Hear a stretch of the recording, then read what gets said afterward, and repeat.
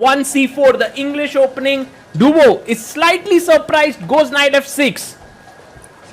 Magnus brings out his knight. We have the symmetrical English. Pawn up to g3.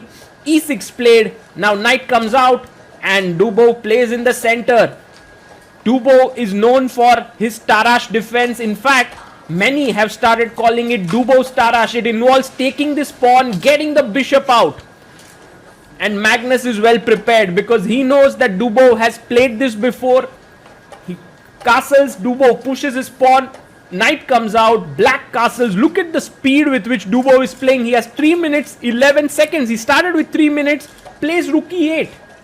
Also, theory, Magnus now taking his time because he's recollecting what he should do. The main move here is rook e1. He remembers it, he plays it.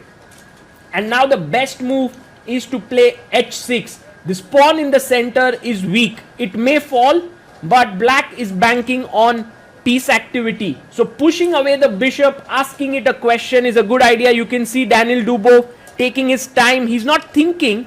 He's actually recollecting his analysis because you can see him looking not on the chessboard, but in the distance. He plays h6. Magnus now first chops off the bishop. You had to take it back because the rook was hanging. Now once again the rook is attacked. So pawn takes, bishop now takes the knight, mass exchanges, queen takes pawn and Dubov goes back.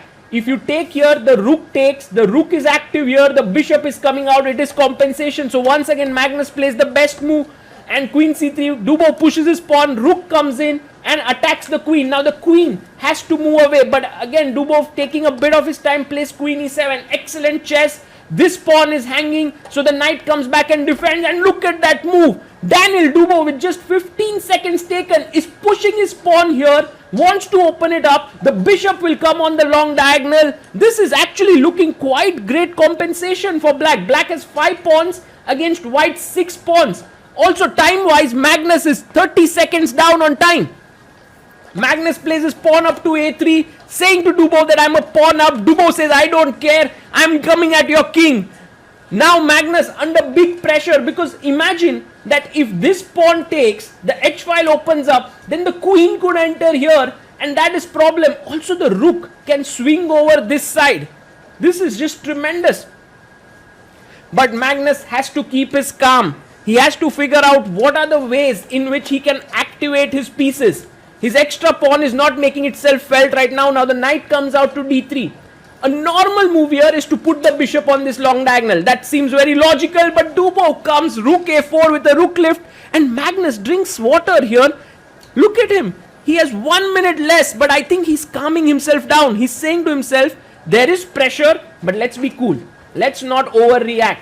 The rook is very well placed. It in fact stops the knight coming to f4. Oh, but Magnus plays it. Magnus plays his knight to f4 and Dubov is thinking, can I just sacrifice the rook for the knight? Can he do that? But actually after takes here, the queen opens up on the third rank and it's not a good sacrifice. So right now it's not time enough to take it. But you can first develop your bishop. I think that would make a lot of sense.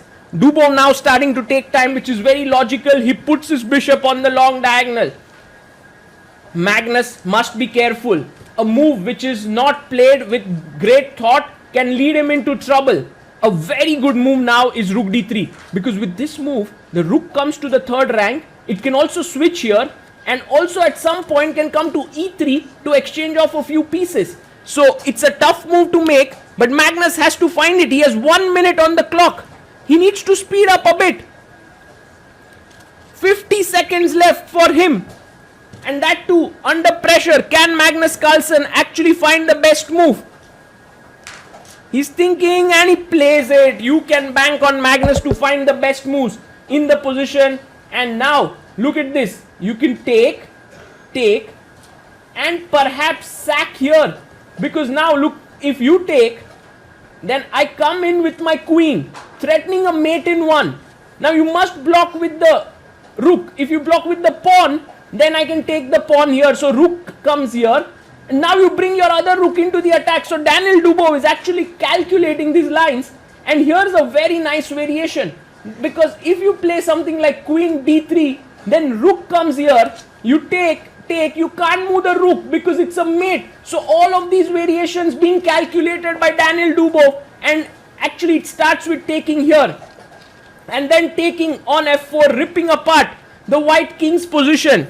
But Dubow plays rook e4, and he's telling Magnus that maybe I want to put some pressure over here. Magnus pushes the rook. Oh, he takes the pawn, and it's the blunder. Look at Magnus. He's like, what's happening? Why can't I just take the rook? Isn't this a big blunder there?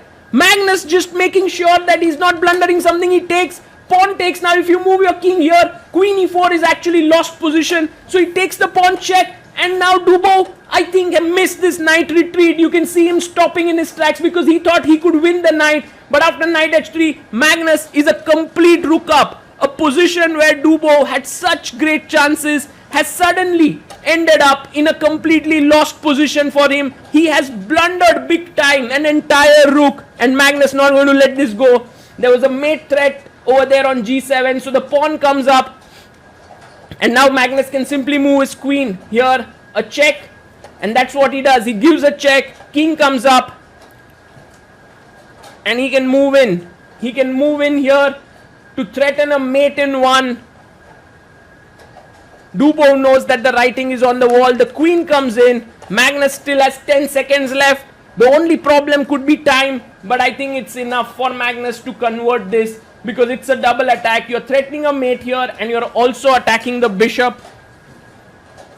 Dubow doesn't really have too many options from a position that was filled with rich possibilities.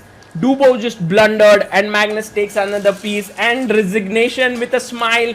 After all, they are good friends of each other, and there Magnus is saying, you could have taken my knight with the rook. And so they are analyzing this position, which was so rich. I mean, if Dubow would not have blundered here by taking on g3 and would have played his rook to d4,